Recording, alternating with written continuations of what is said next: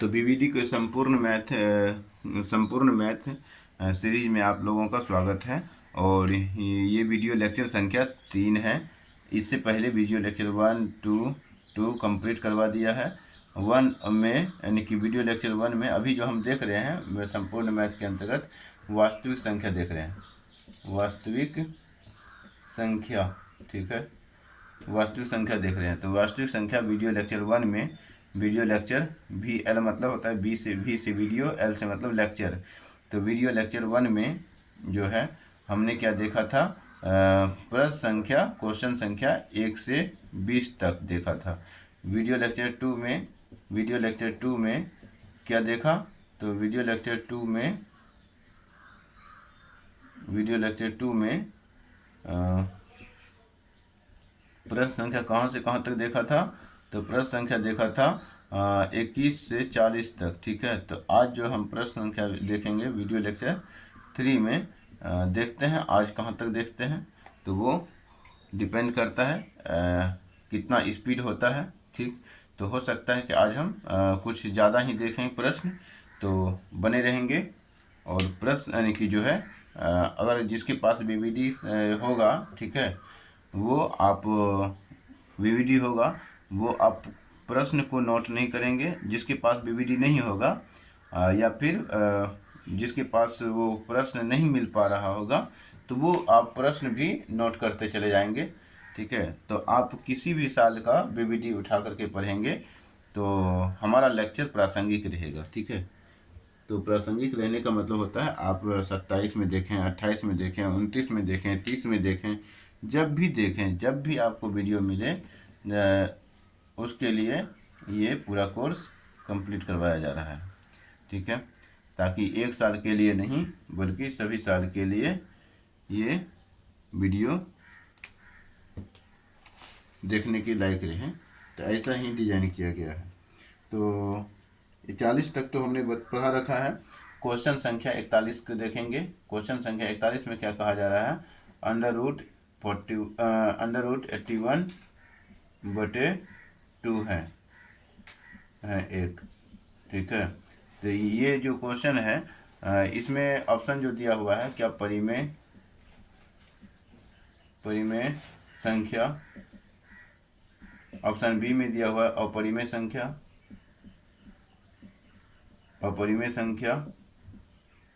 Option C में दिया हुआ है वास्तविक संख्या, ऑप्शन सी में दिया गया है पूर्णांक संख्या, पूर्णांक संख्या, ऑप्शन डी में दिया हुआ है इनमें से कोई नहीं, इनमें से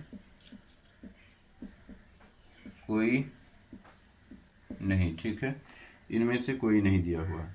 तो इस क्वेश्चन को बनाना है तो हमें क्या करना पड़ेगा, इस क्वेश्चन को बनाने के लिए हमें देना पड़ेगा क्या, तो √81/2, इसको क्वेश्चन को क्या करेंगे, तो 9 9 81 हो जाएगा। 9 का वर्गमूल 81 का वर्गमूल 9 होता है बटे 2, तो ये P/Q के रूप में हो गया, P/Q के रूप में हो गया। ऐसे कोई संख्या जो P/Q के रूप में हो उसे क्या कहते हैं, परिमेय संख्या कहते हैं, बशर्ते वो क्या होना चाहिए, Q = 0 होना चाहिए, ठीक है।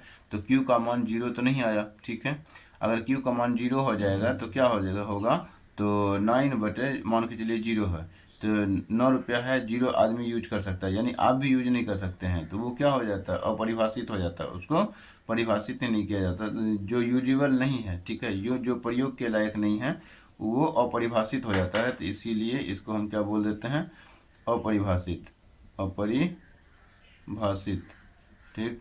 तो इस कारण से ये जो है ये P/Q के रूप में है, ये तो P/Q के रूप में है, यहाँ तो Q का मान 0 नहीं आया, इस कारण से ये परिमेय संख्या होता है। कोई भी संख्या अपने आप में परिमेय संख्या होता है। जैसे 2 है, 2 के बटे में कुछ नहीं है तो 1 होता है, ठीक है। तो इसके लिए भी परिमेय संख्या होता है। जैसे कि 5 है, तो 5 बटे कुछ नहीं तो 1 होता है, ये परिमेय संख्या है, ठीक है। 0 है तो 0 भी एक परिमेय संख्या में आएगा, 0 बटे कुछ नहीं तो 1 हम लिख सकते हैं, ठीक है।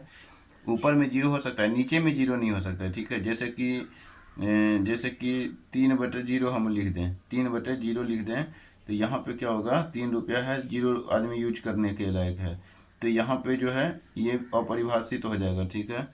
तो इस कारण से ये इस प्रश्न का आंसर डायरेक्ट अगर बात करें तो हम क्या बनाएंगे, डायरेक्ट हम बनाएंगे तो ये बनाएंगे सिंपल, ये पी बटे क्यू के रूप में है तो हाँ है, तो इस कारण से ये परिमेय संख्या हो गया। अगला प्रश्न देखेंगे।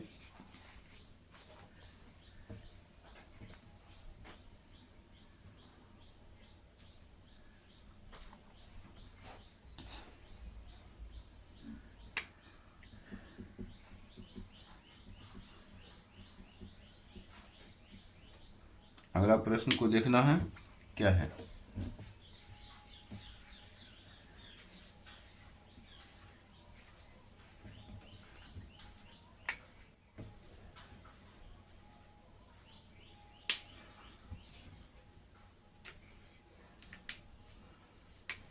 अगला प्रश्न जो है वो 42 नंबर है, क्वेश्चन संख्या 42 लिखेंगे। 42 में लिखेंगे दो अपरिमेय संख्याओं, दो अपरिमेय संख्याओं, दो अपरिमेय संख्याओं 3 प्लस रूट 5 तथा 3 माइनस रूट 5 का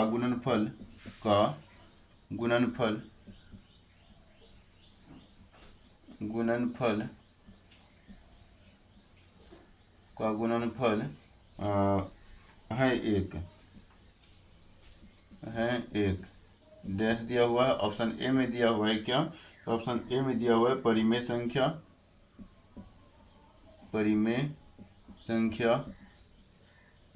ऑप्शन बी में दिया हुआ है अपरिमेय संख्या,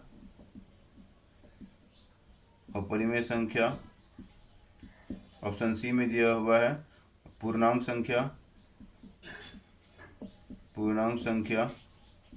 ऑप्शन डी में दिया हुआ है इनमें से कोई नहीं, ठीक है। तो अब यहाँ पे सवाल उठता है दोनों हम इसको कैसे सॉल्व करें। तो सिंपल करना है तो a प्लस बी सूत्र होता है इंटू ए माइनस बी सूत्र होता है। तो यहाँ पे क्या देख रहे हैं, a format a plus b a minus b के रूप में है, तो a 3 plus root 5 into 3 minus root 5 के रूप में है ना। तो इसका सूत्र होता है ए स्क्वायर माइनस बी स्क्वायर। तो यहाँ पे इसी सूत्र पे बैठा लेंगे तो 3 का स्क्वायर माइनस रूट 5 का स्क्वायर हो जाएगा, स्क्वायर से रूट कटता है तो इस कारण से 3 3 9 माइनस 5 बचेगा क्या 4 बटे कुछ नहीं तो 1। ये क्या हो गया, संख्या परिमेय संख्या हो गया, ठीक है। तो ये क्वेश्चन हो गया 42 के बाद 43 पे हम प्रवेश करेंगे।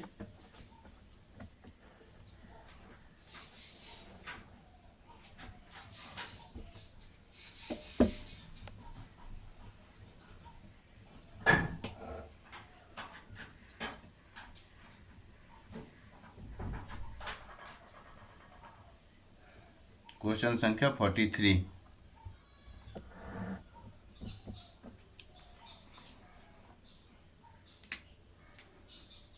क्वेश्चन संख्या 43 यानी कि 43 में पढ़ेंगे कि 18 तथा 72 का मौसा, 18 तथा 72 का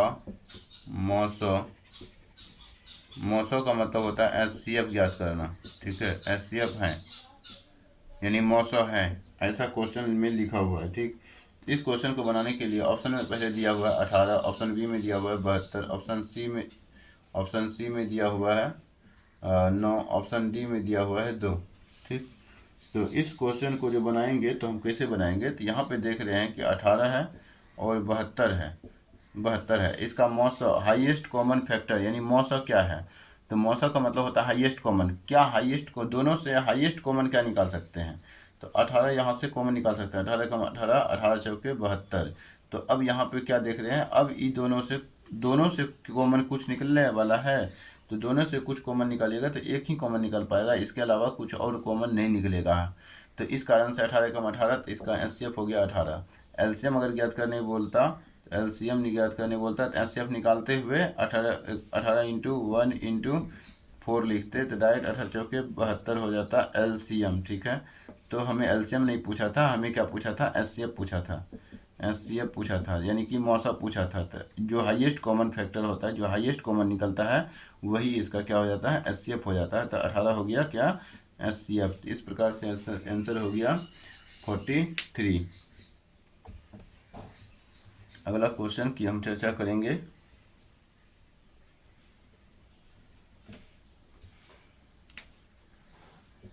क्वेश्चन संख्या 44।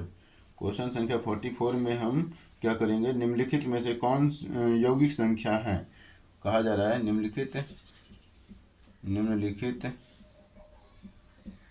में से कौन यौगिक संख्या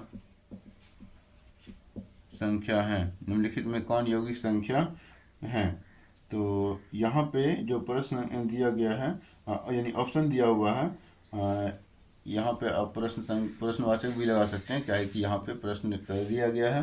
तो ऑप्शन ए में लिख सकते हैं क्या, तो ऑप्शन ए में लिख सकते हैं 11, ऑप्शन बी में 21, 11, ऑप्शन बी में 21, ऑप्शन सी में 31, ऑप्शन डी में 41। ठीक है, तो ऐसे प्रश्न दिया हुआ है। इस क्वेश्चन को बनाना है तो जहाँ पे देख रहे हैं क्या, इन निम्नलिखित में से कौन यौगिक संख्या पूछा है, यौगिक संख्या। तो ये संख्या क्या हो गया, अभाज्य। ये संख्या क्या हो गया, अभाज्य। ये संख्या क्या हो गया, अभाज्य। ये क्या हो गया, संख्या भाज्य। ये क्या संख्या है, भाज्य है। भाज्य संख्या को ही यौगिक संख्या की श्रेणी में रखते हैं। इस कारण से इसका आंसर जो हो गया 21 हो गया। अब भाज्य संख्या है तो इसका गुणनखंड करेंगे तो 2 यानी 3 इंटू 7 निकलेगा। ठीक है, तो 21 जो है 3 से भी कटेगा, 7 से भी कटेगा, 1 से भी कटेगा, 21 जो है खुद से भी कटेगा। तो ऐसी संख्या, भाज्य संख्या के लिए हम क्या बताए थे, ऐसी संख्या जिसके 2 से अधिक भाजक हो। ठीक है, 2 से अधिक भाजक हो वो भाज्य संख्या हो जाएगा। यहाँ तो 4 भाजक हो जाएगा, 1, 3, 7, 21 खुद से। यहाँ पे देखेंगे कि एक से कटेगा, 11 से खुद से कटेगा, एक से कटेगा, 31 खुद से कटेगा, 1 से कटेगा, 41 खुद से कटेगा।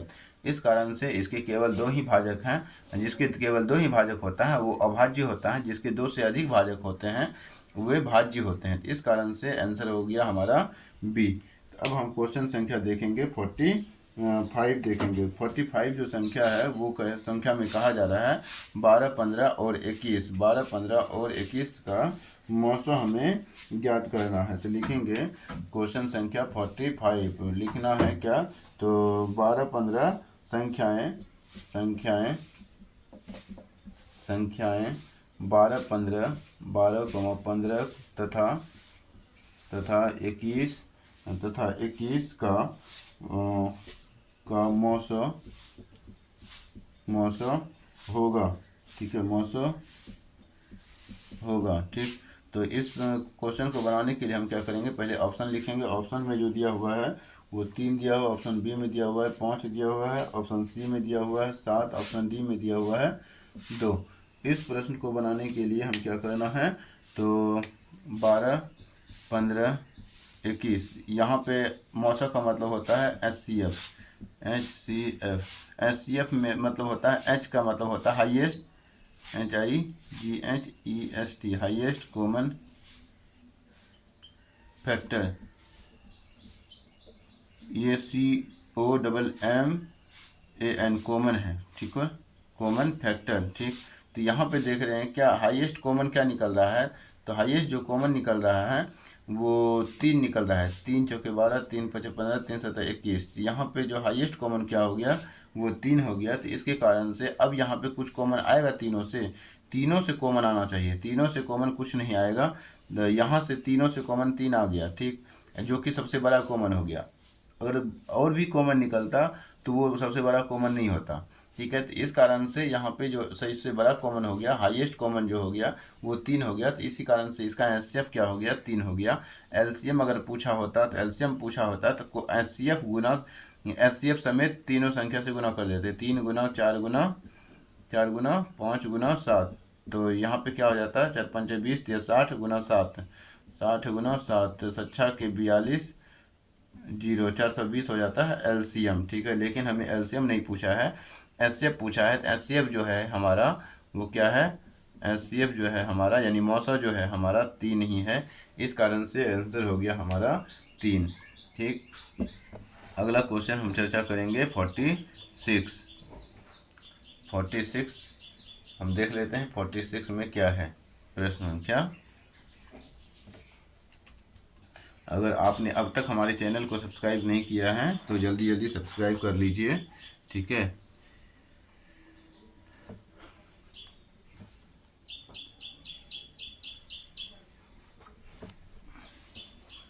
अगला क्वेश्चन हम लिखेंगे क्वेश्चन संख्या 45 हो गया, 46 क्वेश्चन जो है यानी कि क्वेश्चन संख्या 46 में लिखेंगे निम्नलिखित में कौन अभाज्य संख्या है। निम्नलिखित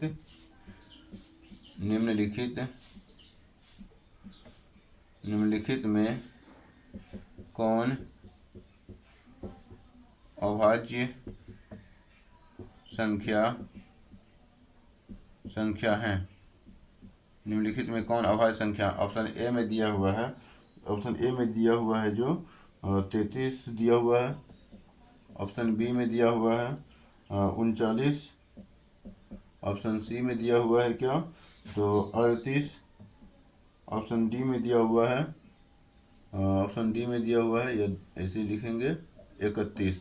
इस क्वेश्चन को हम HW के रूप में दिए, इसका आंसर आप कमेंट बॉक्स में देंगे, क्योंकि अभाज्य भाज्य के बारे में हमने बार बार चर्चा किया है। ठीक है, बता दिया है, तो आप इस क्वेश्चन का आंसर डायरेक्ट कमेंट में करेंगे। 47 प्रश्न पे हम चलते हैं। क्वेश्चन संख्या 47 में कहा जा रहा है कि 64 के अभाज्य गुणनखंड में 2 का घातांक है। 64 के अभाज्य गुणनखंड में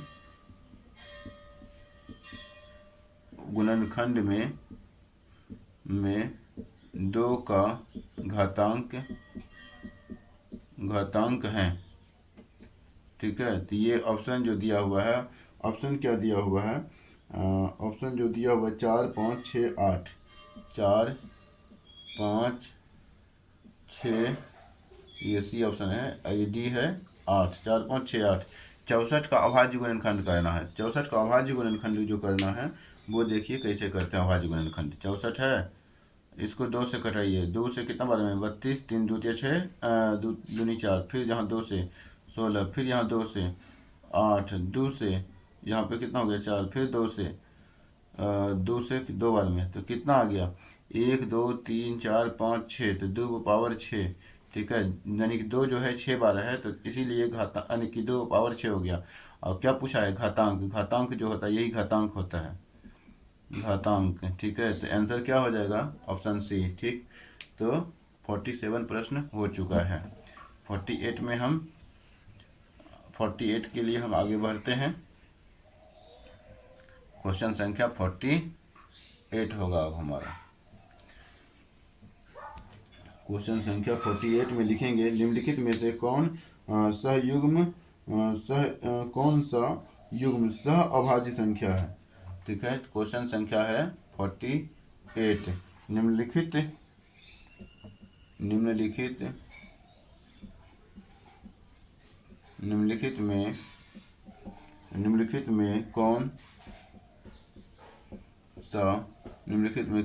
सह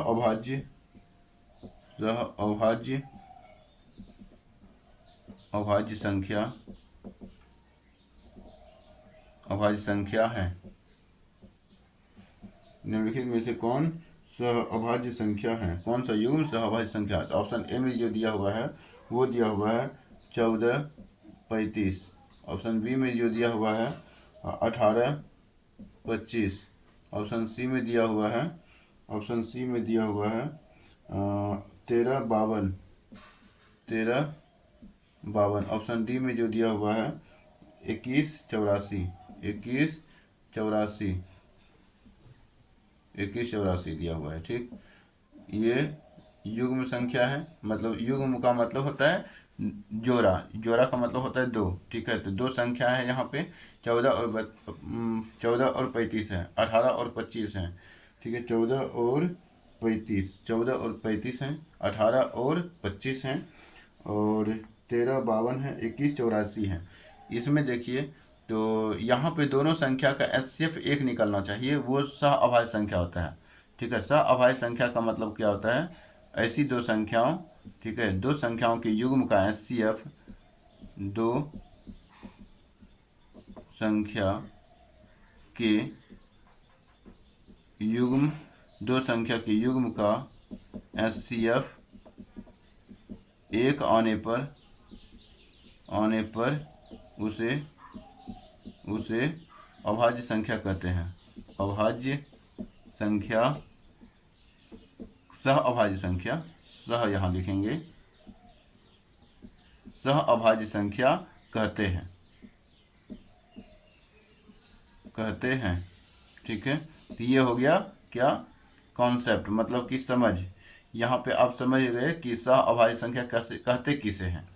और जैसे ही सह अभाज्य संख्या मालूम चल गया कि दो संख्याओं का युग्म, दो संख्याओं के युग्म का एचसीएफ जो होता है वह निकलना चाहिए यहाँ से। लेकिन देखिए, एचसीएफ मतलब होता है हाईएस्ट कॉमन, यहाँ से कुछ कॉमन निकाल सकते हैं क्या, तो यहाँ से कॉमन निकाल सकते हैं 7, 7 जैसे कॉमन निकालिएगा तो 7 दूनी 14 और 7 पचे 35, तो इसका एचसीएफ तो 7 निकल गया। तो एचसीएफ 7 निकल गया, तो एचसीएफ एक तो निकला नहीं, इसलिए ऑप्शन ए गलत हो गया। यहाँ से अगर देखेंगे तो यहाँ से आप कुछ भी कॉमन नहीं निकाल पाएंगे, दोनों से बड़ा से बड़ा।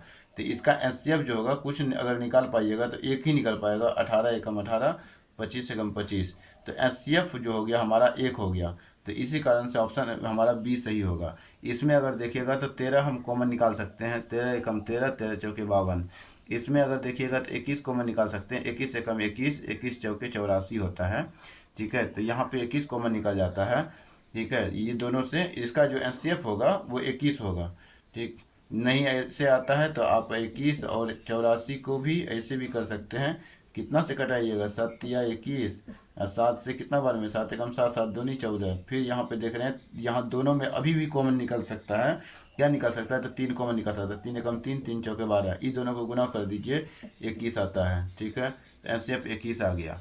इस कारण से ये भी नहीं हो सकता, ये भी नहीं हो सकता, क्योंकि इसका एचसीएफ 13 हो गया, इसका एचसीएफ 21 हो गया, इसका एचसीएफ 7 हो गया। लेकिन यहाँ पे हमने क्या बताया था, दो संख्याओं के युग्म का एचसीएफ क्या आना चाहिए, तो एक आना चाहिए।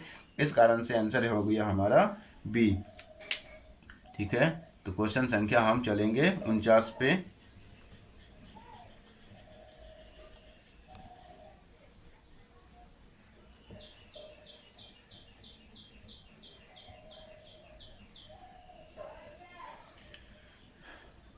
प्रश्न संख्या 49 को देखेंगे, यानी कि क्वेश्चन 49 में क्या पूछा जा रहा है, तो देखेंगे कि 156 के अभाज्य गुणनखंड में 2 का घातांक क्या है। 156 के अभाज्य गुणनखंड में 2 का घातांक क्या है, ठीक है, क्या है। तो इस क्वेश्चन को बनाने के लिए पहले ऑप्शन लिखेंगे। ऑप्शन जो दिया है 2 1 3 4, 2 1 3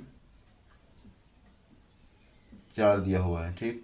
इस क्वेश्चन को क्या करेंगे, अभाज्य गुणनखंड करना है तो 156 को डायरेक्ट करेंगे 2 से, 2 7 14, 2 8 16, ठीक है। 2 7 14, 2 8 16, 2 से पुनः तो कितना बार में, 2 3 6, 2 9 18, ठीक। फिर यानी कि 2 3 6 करेंगे तो एक बचेगा ना, एक बचेगा तो 18 हो जाएगा, तो 2 9 18 हो गया। फिर ये किससे कटेगा, 3 से कटेगा, 3 एकम 3, 3 3 9। तो यहाँ पे हमें जो पूछा था 2 का घातांक पूछा था ना, तो हमें 2 से मतलब है, बाकी किसी से मतलब नहीं है। तो एक बार 2 बार तो 2 पावर 2, तो घात कितना हो गया, 2 का घात कितना है, तो यही घातांक है, तो 2 का घातांक 2 ही है, ऑप्शन ए हो गया, ठीक। तो अगला क्वेश्चन हम बढ़ेंगे, तो यहाँ पे क्वेश्चन संख्या 50 है। क्वेश्चन संख्या 50 में आप पढ़ेंगे कि निम्नलिखित में कौन सी सबसे छोटी प्राकृत संख्या है? निम्नलिखित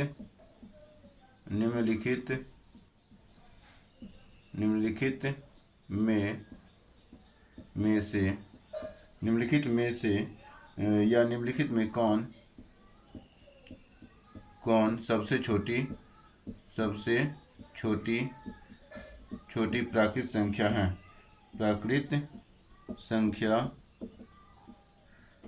है? निम्नलिखित में कौन सबसे छोटी प्राकृत संख्या है? तो ऑप्शन ए में लिखेंगे 0, ऑप्शन बी में लिखेंगे 1, ऑप्शन सी में लिखेंगे यहाँ -1 लिखेंगे, ऑप्शन सी में लिखेंगे 1, ऑप्शन डी में लिखेंगे 2। ऑप्शन डी में क्या लिखेंगे? तो 2 लिखेंगे। तो इस प्रश्न को बनाने के लिए हमें क्या करना होगा? निम्नलिखित में से कौन सबसे छोटी प्राकृत संख्या है? तो प्राकृत संख्या अर्थात नेचुरल नंबर, प्राकृत संख्या को हम क्या कहते हैं? प्राकृत संख्या। ठीक है, प्राकृत संख्या अर्थात नेचुरल नंबर। तो ऐसी संख्या को कहते हैं, गिनती वाली संख्या को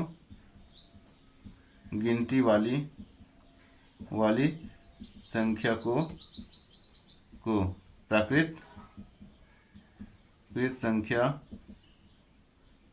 संख्या कहते हैं। ठीक है, अब हमको ये बताइए, गिनती आप कहाँ से स्टार्ट करते हैं? गिनती आप 1 से स्टार्ट करते हैं, 2 से स्टार्ट करते हैं, 3 से स्टार्ट करते हैं, कोई अंत नहीं होता है। आप बोलेंगे 100 तक तो आते हैं, लेकिन 100 के बाद भी तो 101 होता है, इसके बाद भी तो आगे आगे बढ़ते चले जाते हैं, फिर 200 आता है, 201, 202, 203, तो इसका कोई अंत नहीं है। ठीक है, तो इसीलिए आप यहाँ पे डॉटेड दे देते हैं, यहाँ पे अनंत तक दे देते हैं, इन्फिनिटी इसको कहते हैं। ठीक, तो सबसे छोटी बोला है, प्रश्न में क्या बोला है? सबसे छोटी प्राकृत संख्या। तो सबसे छोटी प्राकृत संख्या हमारा क्या होगा? तो 1 होगा। ठीक है, ना कि -1 होगा। ठीक, -1 किस में होता है? यानी कि -1 इसमें नहीं होता है। ठीक, तो सबसे छोटी पूर्णांक संख्या आप निर्धारित नहीं कर सकते। अगर पूर्णांक संख्या बोला होता, सबसे छोटी पूर्णांक संख्या आप निर्धारित नहीं कर सकते हैं, क्योंकि सबसे छोटी पूर्णांक संख्या माइनस में जितना बढ़ता जाएगा वो उतना छोटा होता जाता है। जैसे माइनस में 5 बढ़ा या माइनस में 10 बढ़ा, तो माइनस में 10 यानी कि जो है वो माइनस में 5 बड़ा है या माइनस में 10 बड़ा है, तो माइनस में 5 बड़ा होता है, ना कि माइनस में 10। माइनस में 10 जो होता है, जैसे जैसे माइनस की संख्या बढ़ता जाता है तो वो यानी कि छोटा होता चला जाता है। तो इस कारण से सबसे छोटी सबसे छोटी पूर्णांक संख्या आप निर्धारित नहीं कर सकते, लेकिन प्राकृत संख्या आप निर्धारित कर सकते हैं, जिसका कि आंसर 1 है। ये ध्यान में रखना है, ऐसे क्वेश्चन को पूछा जाता है। अगला प्रश्न हम क्या देखेंगे? तो क्वेश्चन संख्या हम देखेंगे, क्वेश्चन संख्या देख लेंगे कितना, तो 50 हो गया, 51 देखेंगे अब, है ना। प्रश्न संख्या 51, क्वेश्चन 51 में क्या कहा जा रहा है कि यदि P और Q 2 अभाज्य संख्याएं हैं तो मौसा होगा। यदि P और Q 2 अभाज्य संख्या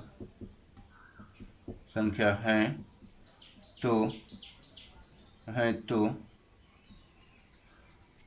P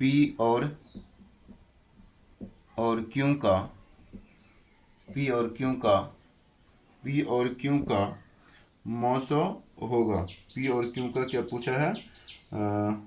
P और Q का मौसा होगा। ये है तो डायरेक्ट लिखा है तो मौसा होगा। ठीक है, ऐसे ही क्वेश्चन लिखा हुआ है। ठीक, तो इस क्वेश्चन को बनाना है तो ए नंबर में ऑप्शन जो दिया हुआ है वो 1 दिया हुआ है, ऑप्शन बी में दिया हुआ है 2, ऑप्शन सी में दिया हुआ है 3, ऑप्शन डी में दिया हुआ है 0। ठीक, तो इस क्वेश्चन को कैसे बनाएंगे? तो फटाफट अगर देखेंगे कि P और Q के बारे में क्या बोला गया है। P और Q के बारे में बोला है अभाज्य संख्या है, तो P भी अभाज्य है और Q भी अभाज्य है। मान लेते हैं कि P के जगह कोई अभाज्य संख्या 2 है। अब क्यों के 2 और सबसे छोटी अभाज्य संख्या होता है, ठीक है, क्योंकि 2 अपने से करता है या 1 से करता है, इसीलिए 2 जो होता है सबसे छोटी अभाज्य संख्या है। और सबसे छोटी भाज्य संख्या जो होता है सबसे, ये लिख लीजिए, सबसे छोटी अभाज्य अभाज्य संख्या, सबसे छोटी अभाज्य संख्या 2 है। और सबसे छोटी भाज्य संख्या जो होता है वो 4 होता है। सबसे छोटी भाज्य संख्या जो होता है वो 4 होता है, क्योंकि आप देखेंगे 1 से कटेगा, 2 से भी कटेगा और अपने ही अंक से भी कटेगा। हमने अभाज्य संख्या के बारे में क्या पढ़ा, यानी कि भाज्य संख्या के बारे में क्या पढ़ा, जिसके 2 से अधिक भाजक हो। अभाज्य संख्या में हमने क्या पढ़ा, जिसके केवल 2 भाजक हो, 1 से कटे और खुद से कटे। तो सबसे छोटी अभाज्य संख्या यहाँ पे बाय मिस्टेक हो जाता है कभी कभी लिखने में, अभाज्य, सबसे छोटी अभाज्य संख्या होगा। तो सबसे छोटी अभाज्य संख्या जो होता है 2 होता है, सबसे छोटी भाज्य संख्या जो होता है हमारा 4 होता है। तो यहाँ पे 2 हो गया। यहाँ पे क्यू के बारे में अगर बात करें तो क्यू के बारे में जो होगा, कोई दूसरा अभाज्य संख्या ही मानना है तो 3 मान लीजिए, मान के चलते हैं 3 है। यहाँ पे बोला है कि दोनों का एचसीएफ, 2 और 3 का एचसीएफ, क्या एचसीएफ निकलेगा, हाईएस्ट कॉमन क्या निकल सकता है, 1 ही निकल सकता है ना। तो इसीलिए 2 अभाज्य संख्याओं का एचसीएफ जो होता है हमेशा 1 होता है, ये ध्यान में रखिएगा। जरा सोचिए, 2 का पी की जगह हम कोई दूसरा अभाज्य संख्या मान लेते हैं, 5 मान लेते हैं अभाज्य संख्या है, क्यू की जगह हम मान लेते हैं 13 कोई अभाज्य संख्या है, लगातार भी लें ये भी जरूरी नहीं है। तो यहाँ भी आप देखेंगे दोनों के से हाईएस्ट कॉमन क्या निकल सकता है, दोनों से कुछ कॉमन निकल सकता है, नहीं निकल सकता है। तो दोनों से कुछ कॉमन नहीं निकल सकता है, तो ऐसी कंडीशन में हम 1 मान के चलते हैं, 1 निकल सकता है, इसीलिए हाईएस्ट कॉमन जो हो गया 1 ही होता है। इसी कारण से ऑप्शन ए हो गया इसका मौसो अर्थात एचसीएफ। अगला प्रश्न की चर्चा करेंगे। जो छोटा छोटा कॉन्सेप्ट हम बताते जाते हैं उसको भी आप लिखते चले जाएंगे तो आगे आपको आसानी होगा। प्रश्न संख्या 52 को देख लेते हैं क्या कहता है। प्रश्न संख्या 52 है, √12 का परिमेयीकरण गुणांक है। तो क्वेश्चन नंबर 52, √12 का, क्वेश्चन में कह रहा है √12 का परिमेयीकरण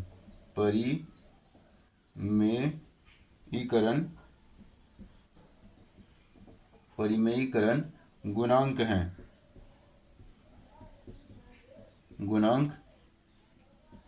है, ठीक है। तो ऑप्शन ए में जो दिया हुआ है वो दिया हुआ है √3, ऑप्शन बी में दिया हुआ है √2, ऑप्शन सी में दिया हुआ है √6, ऑप्शन डी में दिया हुआ है 2√3। इस प्रश्न को बनाने के लिए थोड़ा सा सॉल्व करना होता है, तो यहाँ पे तुरंत बन जाता है परिमेयीकरण, यानी कि ये अपरिमेय संख्या है। ये जो √12 जो है, √12 क्या है, अपरिमेय है, अपरिमेय संख्या है, ठीक है। लेकिन अपरिमेय संख्या की √12 जो है अपरिमेय संख्या है, इसको किस में बदलना है, तो परिमेय संख्या में बदलना है। तो इसको पहले क्या करते हैं, अंडर √12 है तो 12 के बदले हम क्या लिख सकते हैं, 4 तिया 12 लिख सकते हैं कि नहीं लिख सकते हैं, लिख सकते हैं। 4 से क्या बाहर निकलेगा, 2 तो निकल जाएगा, लेकिन 2 × √3 बच जाएगा ना। अब देखिए √3 में ऐसा क्या गुना कर देंगे कि परिमेय संख्या हो जाएगा। तो √3 है तो √3 से ही गुना करना पड़ेगा, ठीक है, ताकि 3 और 3 से 1 3 बाहर निकल जाए और 2 पहले से है तो ये 6 हो जाएगा, तो परिमेय बन गया। तो किससे एक्स्ट्रा गुना करना पड़ा, कौन संख्या ऐसा है जो कि आप एक्स्ट्रा गुना कर दिए तो परिमेय संख्या बन गया, तो वो √3 है। तो आंसर क्या हो गया, √3, ठीक। तो ऐसे भी जो यहाँ पे रूट में बच जाता है वही संख्या से गुना करना होता है, बस इतना ध्यान में रखना है। अगला क्वेश्चन जो है कह रहा है कि निम्नलिखित में कौन परिमेय संख्या है। तो क्वेश्चन नंबर 53 लिखेंगे कि निम्नलिखित निम्नलिखित में निम्नलिखित में कौन सी निम्नलिखित में कौन सी परिमेय निम्नलिखित में कौन सी अपरिमेय संख्या है? कौन सी अपरिमेय संख्या है? निम्नलिखित में से कौन सी अपरिमेय संख्या, ये 53 है ना, तो 53 में निम्नलिखित में से कौन परिमेय संख्या पूछा है? कौन परिमेय संख्या है? निम्नलिखित में कौन परिमेय संख्या है? ठीक, ऐसा प्रश्न पूछा गया है। तो ऑप्शन ए में जो दिया हुआ है वो दिया हुआ है क्या? तो ऑप्शन ए में जो दिया हुआ है 4 + √7, 4 + √7 परिमेय और अपरिमेय का जो योग होता है अपरिमेय होता है, इस कारण से ए गलत हो गया। बी में देखेंगे तो 10 + √100, ठीक है, तो √100 से 10 बाहर निकल जाता है, इस कारण से ऑप्शन बी ही सही हो जाएगा। ऑप्शन सी भी देख लेते हैं। सी में दिया हुआ है क्या? तो 2 + √3। ऑप्शन डी में दिया हुआ है क्या? तो 3 यानी 5 + √5, 5 + √5। इससे बाहर नहीं निकल पाएगा, इससे बाहर नहीं निकल पाएगा, इससे बाहर नहीं निकल पाएगा, इससे बाहर निकल जाता है तो 10 + 10 हो जाएगा। 10 प्लस ये √100 से 10 बाहर निकल जाता है तो ये 20 हो गया। 20/, कुछ नहीं तो 1, 20/1, तो ये इसका मतलब हो गया P/Q के रूप में है, तो इसी कारण ये संख्या परिमेय संख्या है। ठीक है, निम्नलिखित में कौन परिमेय संख्या है? तो ऑप्शन क्या हो जाएगा? बी हो जाएगा।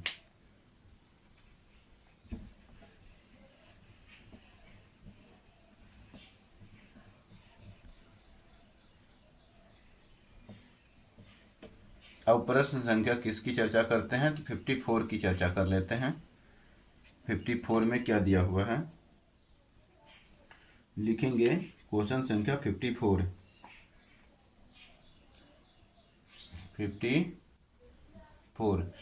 क्या दिया हुआ है? तो 0.13 पे रेकरिंग दिया हुआ है, बराबर दिया हुआ है, ऐसे क्वेश्चन लिखा हुआ है। ऑप्शन ए दिया हुआ है। ए में दिया हुआ है क्या?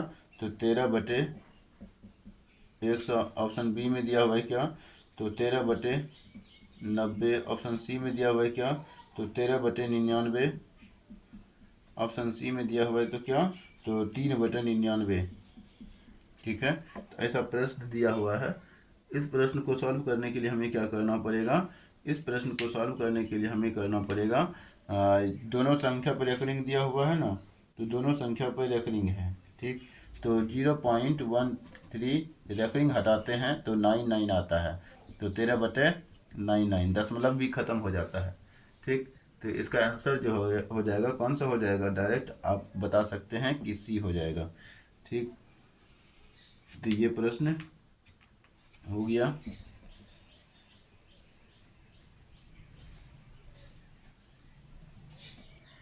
क्वेश्चन संख्या कितना देखेंगे?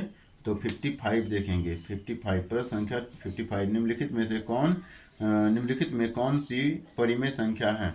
क्वेश्चन संख्या 55, निम्नलिखित में कौन निम्नलिखित में कौन सी अपरिमेय संख्या है? नहीं, निम्नलिखित 55 कौन सी परिमेय संख्या है ये पूछा है। निम्नलिखित में से कौन सी परिमेय संख्या है? ठीक है, निम्नलिखित में कौन सी परिमेय संख्या? ऑप्शन ए में जो दिया हुआ है वो क्या दिया हुआ है? ऑप्शन ए में जो दिया हुआ है वो है √25 दिया हुआ है, √25। ऑप्शन बी में दिया हुआ है √5। ऑप्शन सी में दिया हुआ है 1/√2, 1/√2। ऑप्शन डी में दिया हुआ है क्या? तो ऑप्शन डी में दिया हुआ है 3 + √3, √3 + √3, यही दिया हुआ है ऑप्शन में। तो इसको क्या करना है? हमें बनाना है। तो यहाँ बोला है परिमेय संख्या, परिमेय और अपरिमेय प्लस अपरिमेय ही होता है। परिमेय बटे अपरिमेय, अपरिमेय ही होता है, अपरिमेय पहले से है, ये क्या हो जाएगा, इसको निकालेंगे तो 5 निकल जाएगा, तो ये हो जाएगा हमारा परिमेय संख्या। और नेक्स्ट क्वेश्चन हम देखेंगे कितना, तो 56 प्रश्न देखेंगे, 56 नंबर, पहले यहीं पे लिख लेते हैं, ठीक है।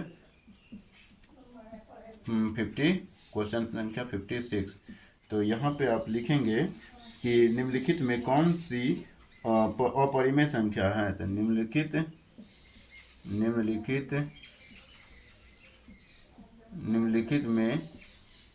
में कौन सी